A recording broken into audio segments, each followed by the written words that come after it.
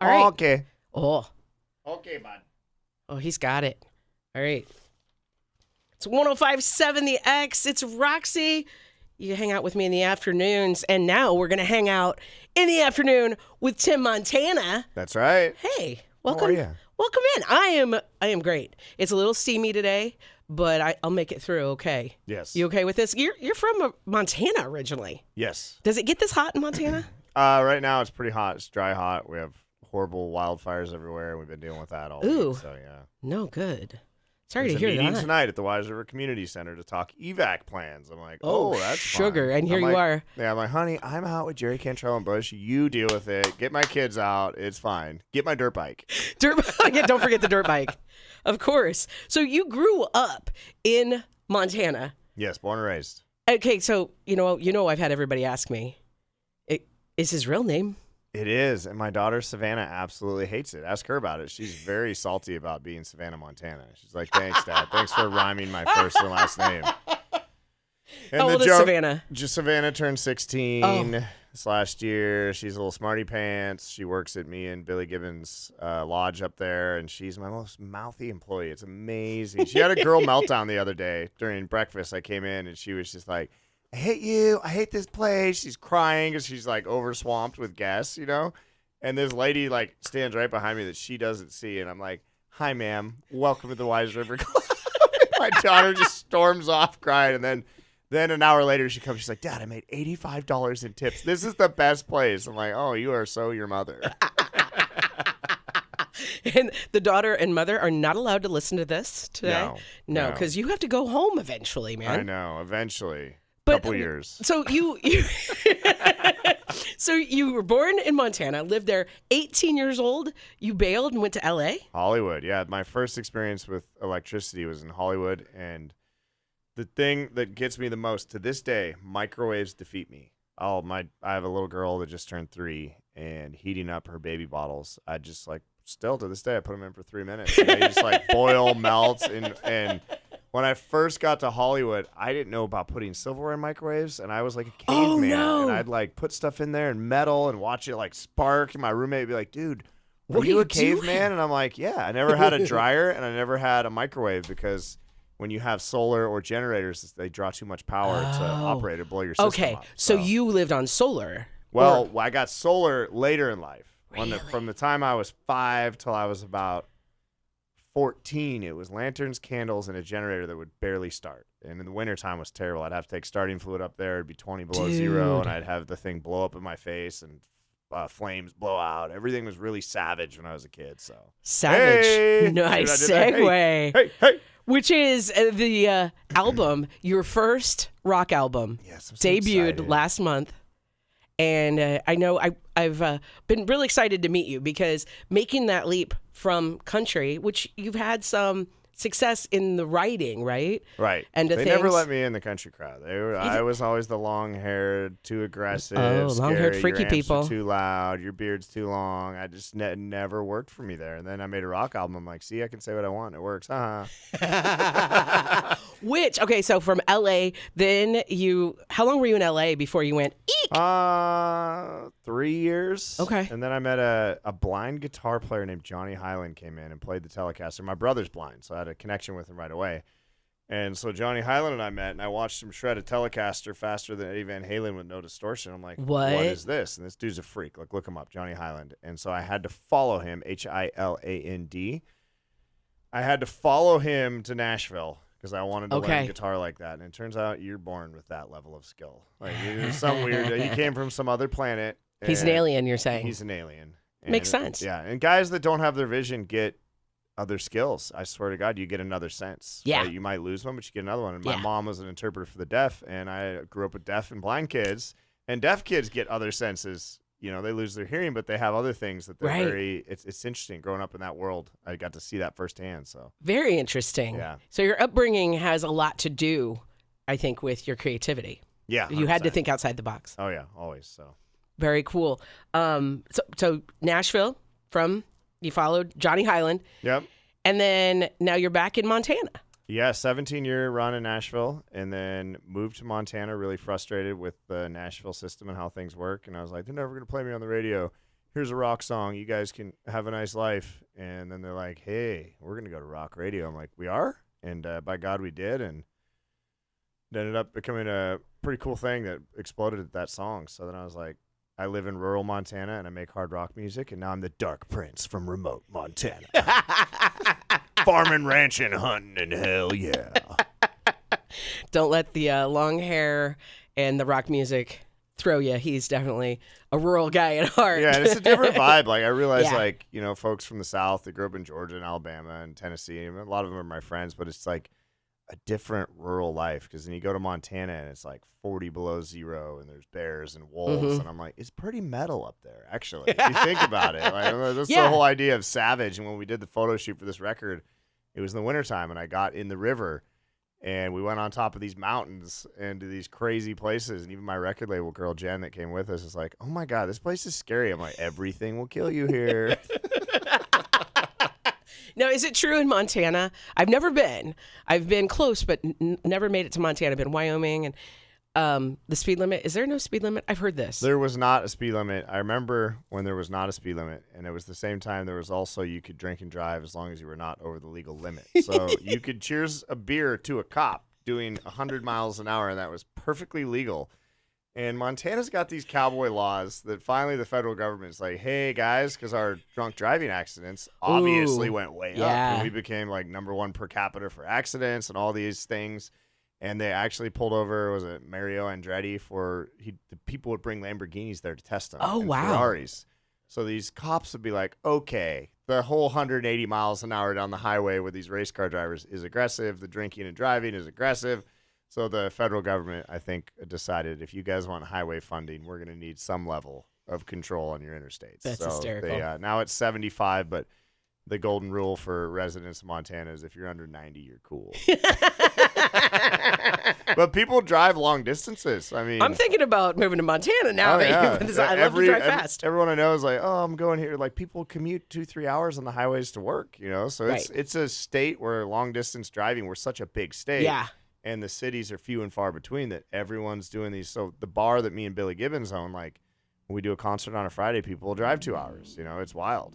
And he's talking about Billy Gibbons of ZZ Top. Yeah. So we bought a lodge up there. Legendary. Yeah. I mean, the Texas Trio. How did you get hooked up with Billy Gibbons? He showed up about 11 years ago. He came to Nashville. I had a verse and a chorus called "This Beard Came Here to Party." And a friend of a friend sent it to him, and he heard it, and he liked it, and he said, I'm going to go meet this guy in the studio, and if I like him, I'll hang out and write the song, and if I don't, I'll leave. And he showed up, and he let me film it. So if you go look up "This Beard Came Here to Party" on YouTube, you can see me meeting my hero for the first time. And I was so nervous, and we wrote the song, and he left. And I thought, I'm like, I'll probably never see him again, but that's okay. Because I got to write, record, and videotape this, you know, once in a lifetime meeting. So I was just happy as could be with just meeting him once. But that night he went to dinner, and he met a guy that came up and said, oh, huge fan. And Billy said, what do you do? And he goes, well, I find songs for sports teams. And he goes, we're scratching our heads right now looking for a song about beards for the Red Sox. I mean, this is all fate, right? Yeah. And so 48 hours later, that song is officially licensed by Major League Baseball, and the Red Sox win the World Series, and me and Billy are on the cover of USA Today with all these bearded Red Sox. And again, don't get mad at me. I don't watch sports. So I learned my lesson a couple times talking about it on stage in states that are very competitive with the Red Sox, and people would boo. And I'm like, yeah, guys, my sports I played when I was a kid was splitting wood and riding snowmobiles. Like, don't judge me. I don't know. It was just a cool moment for me. So no, and I'm a Cubs fan, which is a lot like being a Red Sox fan. Just, you know, locale. So I get, you know, the hype over the Red Sox and the beards and winning, you know, I get it, but I would probably boo too. Yeah. Don't boo me, Roxy. Just the Red Sox, not you. I wouldn't do that. It's Tim Montana. It's 105.7 The X. I'm Roxy in the afternoon, and we are talking everything right now. But I want to talk. So Billy Gibbons, you met him. What year was that? 13? 2013, yeah, the fall right before the Red Sox went to the series. So fall of 2013, and then shortly after that, he asked me to play the Ryman Auditorium with him in Nashville to open for ZZ Top. I remember bawling, picking my kid up at school because I got a text. He said, "Hey, brother, what are you doing next week? You want to open for ZZ Top?" And I was like, "Yeah. Is this really my life? Yeah, I do." That's beautiful. And then he took me under his wing, and I've opened for them over 70-plus times across North America, from Canada, all over the States. And I became like, it's funny when people go see ZZ Top now, they're like, expect me there. And they're like, why weren't you opening for ZZ? And I'm like, well, it turns out I'm not in the band. And I opened for other bands too, but it became like the thing that was expected was to see me with ZZ. You were like the fourth member. Yes. And so I learned so much from those guys. And bet. Billy, I didn't have a good dad situation as a kid. My dad died and I had an abusive stepdad, and Billy doesn't have a kid. So we have this father-son bond. Well, there's definitely a resemblance. Of course. Oh, everywhere we go, people just assume I'm his kid. Mm-hmm. And so they're always like, they'll come to me like, "Hey, will your dad get a selfie?" And I'm like, "Yeah." And Billy said, "Don't let the truth get in the way of a good story." So we just roll with it. Ooh, and I'm writing that down. Oh, yeah. And so we started a hot sauce company called Whisker Bomb, and we do barbecue sauce, we do hot sauce, we do salsa. So we started that about 5 years ago. And then I went to Montana when I was looking for a reason to get out of Nashville, and I didn't find it. I've known about this place my whole life. My mom hung out at the Wise River Club. My grandmother hung out at the Wise River Club. It's been there since the late 1800s. It's like legacy. Oh, no kidding. And the lady that owned it's like, if you like it so much, why don't you buy it? And I walked out on the porch and called Billy, and he's like, "Well, bag it up," is what he always says. And I'm like, "Well, you can't really bag up a building, but I'll bag it up." And so we put a little owners group together, bought it. We're going to take a quick break, and we'll be right back. It's the Tim Montana Takeover on 105.7 The X.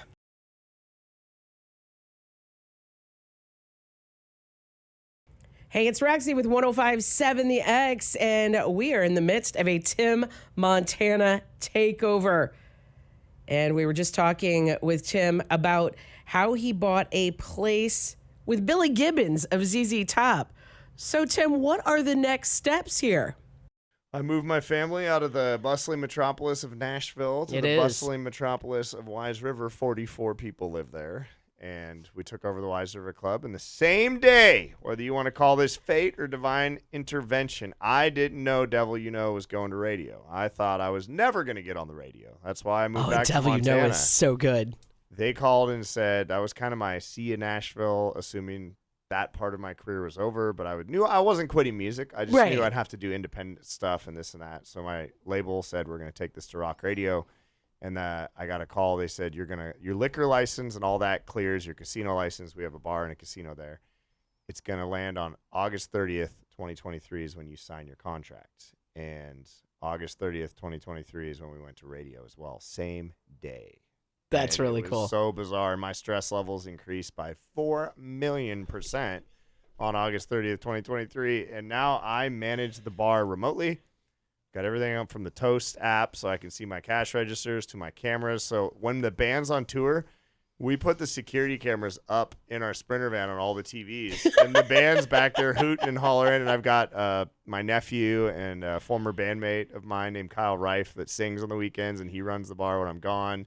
And so the band's always calling him. The band kind of manages the bar while we're on tour. So it's a lot, but it's fun. It sounds like one big happy family. Oh, yeah. Yeah. And I got to hang out with some of your bandmates along. I'm so sorry. Oh my God! Yeah, no comedy. Yeah, oh yeah. You guys could do like a rock comedy show. Yeah, and my 13-year-old's out with us, and his vocabulary when he gets home, I'm gonna have some explaining to do to my wife. He's just like, me and the Dirty Boys. He calls the band the Dirty Boys. I'm like, oh God, please stop. It's Tim Montana. He was born in Montana. He's back in Montana.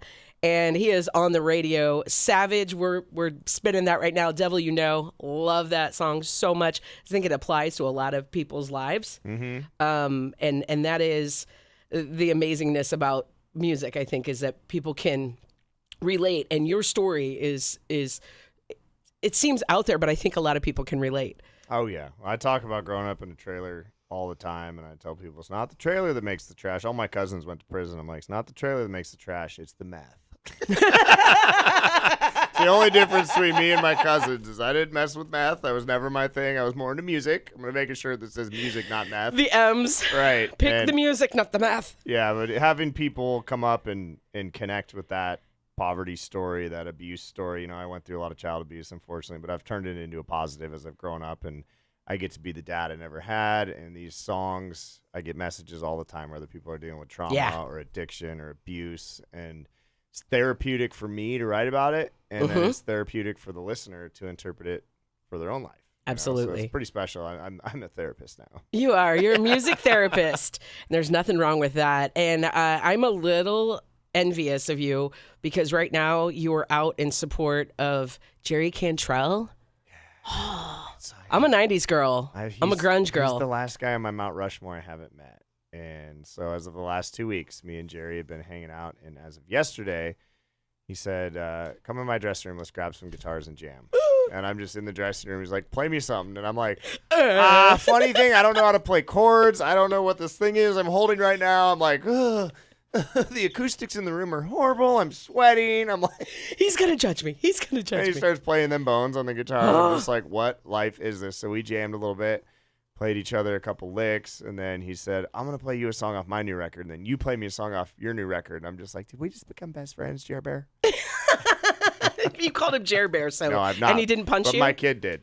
Oh, well. Well, that was the funny thing. He's adorable. First couple days of the tour, I would never be around when Jerry was around. And I don't get starstruck very often, but again, he's like the last hero I haven't met. But my son is like, yeah, I saw Jer Bear in catering. And he walks in, he's like, what's up, dude? My tour manager thought he was talking to him. No, he's talking to my 13-year-old Dalton, who turned 13 a week ago. And Jerry just keeps finding Dalton and getting photos with him and visiting with him. And I was like, hey, when you get a chance, will you let your buddy know that your dad would really like to spend some time with him? So it's pretty awesome. That is really awesome. And it's crazy, but I was going to ask you, who's on your Mount Rushmore? Dave Grohl. Okay, and you've met him. I checked that box. Oh, jelly. Double jelly. Yeah, Billy Gibbons, for sure. Yes. That box is checked. Cantrell. I mean, I'm trying to figure out who else is up there. Yeah, who would it be, like, who is not on the list that you're like, man, if I got to play with them? I think James Hetfield. I keep hearing doing these radio interviews that James and I would hit it off. He's into muscle seems cars, like a cool cat. Being in the woods, and I need to meet Papa Het. So if you can put a word in, that'd be great. Yeah, we put it out in the universe, and then give me a call, and I'll meet you up and meet him with you. So the last thing, because we're going long, because that's what I do. I talk too much. That's why radio is so great, right? Let's just run this sucker all night. Something that I'm just meeting you for the first time, whatever, but you seem like the real deal. Like there's no guard. There's no BS. It gets me in trouble sometimes. Well, I understand that. Unapologetically me. And I spent a lot of time in the woods by myself, so now I get to be a kid as an adult. And every now and again, people are like, reel it in, bud. Reel it in. I don't know. I think authenticity is underrated. Right.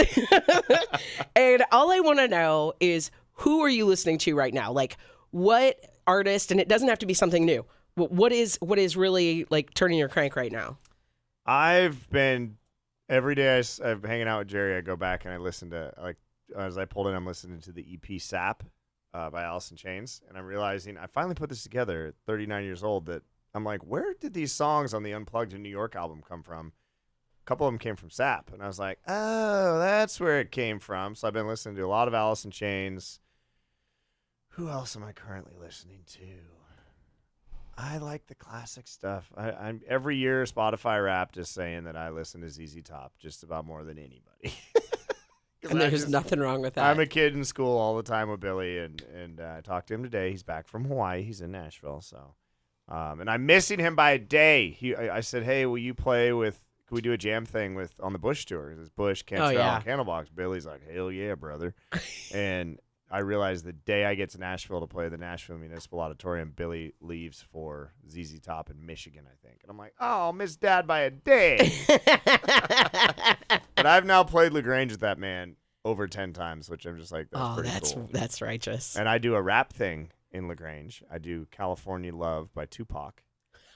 And now Billy has heard it enough that he loves it. So every time we do LaGrange, he's like, do that hip hop stuff. And I just get up there and people in the audience are like, what are they doing? This is wild. But the songs mesh together well. So. All right. I said that the last part was last, but I lied. So that's what I dig about you too, about your sound is like total music fusion. Yeah. There's snippets of everything thrown into one. And I think that Yeah. is like, it's inclusive, and that, inclusion is kind of the buzzword right now, Yeah. but it is a good thing. And I listen to everything from classical music to 90s hip hop to classic rock to hard rock to outlaw country. And I'm like, I feel like most of the world does. And you get the suits, the music business suits that are like, you're either this or you're that. And I'm like, but what if I'm not? What if I'm all these things? Like the common ear wants to hear the hits, a hit's a hit, Yeah. And I think, being a pioneer kind of in that is great, because hopefully one day we'll be able to all love music no matter what it is. That's right. There is so much division. It drives me crazy. But genre equality, I'm going to fight for it. Dude, I'm getting a T-shirt. I'm for genre equality. I'm for the genre equality, because Tim Montana says so. Tim Montana, you are a blast. You are. Thank you. We are going to have to do this again sometime when you're back through Peoria, playing out, because I put it out in the universe. I've said it a ton on my show. Tim Montana, I enter the song and I go, and we're going to get him in Peoria. So This is the first step. He got toe in the water, the pool, and now he's coming back. I just don't know when yet. Yeah, I did play here. What? In the last couple years. I was here. Where? It was either ZZ Top. Oh. I think it was. When was ZZ here last? I don't know. It's the last 3 years I think I was here Okay. with ZZ. We'll have to do some in-depth. Yep. I'll have to research that. We'll have to get on the interwebs. What's that? Someone tell me when I was here, because I was here once. You remember when you're in Peoria. Oh, yeah, because I remember the joke. I already told it. You already told the joke? We can tell it on the Tonight Show if you want. Let's tell it on the evening drive. Yeah. The evening drive, the Let's Tonight do it. Show. You're like, all right, pal, I'm not Jay Leno. I am Ed. I'm the laugher. Yeah, so I told this joke earlier, but if you don't know Steve Cropper, please look him up. He's his first band was Booker T and the MGs, and then he went on to discover Otis Redding, and he wrote Sitting on the Dock of the Bay. He wrote In the Midnight Hour, and then he was in this little movie called The Blues Brothers. And he was the original SNL Blues Brothers guy. He's in the Rock and Roll Hall of Fame. He's in the Songwriting Hall of Fame, and he's one of my heroes, and I've beloved. We've just become very close friends over the last 15 years. And Steve always tells a joke that includes Peoria, Illinois. And I don't know why it has to be Peoria, but for some reason it does for him. So this elderly couple gets pulled over. And the highway patrolman says, license and registration, please. And the old man hands over his license and registration. And the cop says, Peoria, Illinois. The worst lay I ever had was in Peoria. And the old lady goes, what did he just say? And the old man looks at his wife and says, he thinks he knows you. Right from Steve the Colonel Cropper here in Peoria. And that is marriage. Yeah, exactly. Boys and girls, that is marriage. Tim Montana, thank you so much. 105.7 The X rocks, and it's partially because of Tim Montana. Thank you guys for the support. Love you, Peoria. Let's go.